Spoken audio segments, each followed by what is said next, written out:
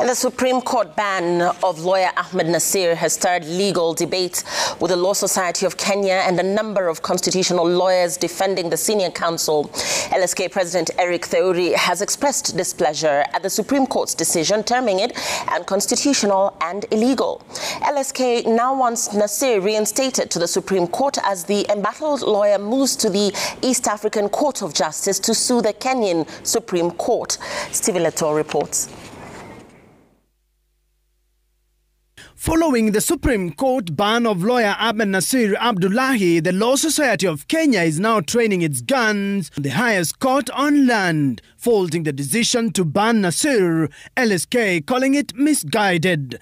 In a statement, LSK, through its president Eric Theuri, defended the embattled senior counsel, saying the court has no legal right to bar an advocate duly authorized by LSK to practice law. The decision has no basis in law, is illegal, irregular, and paints the court as a purveyor of injustice, read the statement. The decision by the court to ban Ahmednasir appears to have opened a legal war front, with the lawyer's body taking on the Supreme Court. LSK says, quote, "At a time when the judiciary is in crosshairs, the decision justifies the attacks on the judiciary.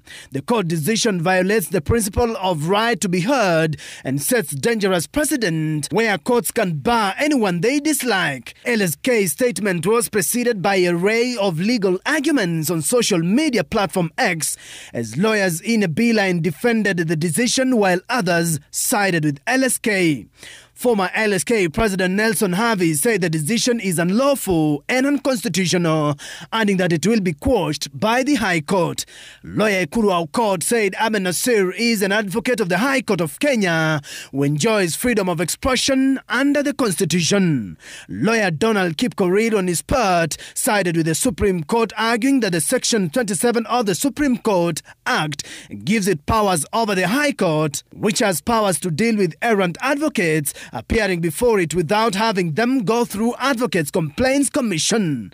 Lawyer Ahmednasir has now instructed his lawyers to file a petition in the East African Court of Justice in Arusha to seek legal redress against the Supreme Court. In all the legal reactions toward the Supreme Court decision to ban Ahmednasir, the big question remains whether the Supreme Court was justified in its decision and whether the principle of fair hearing was followed or not.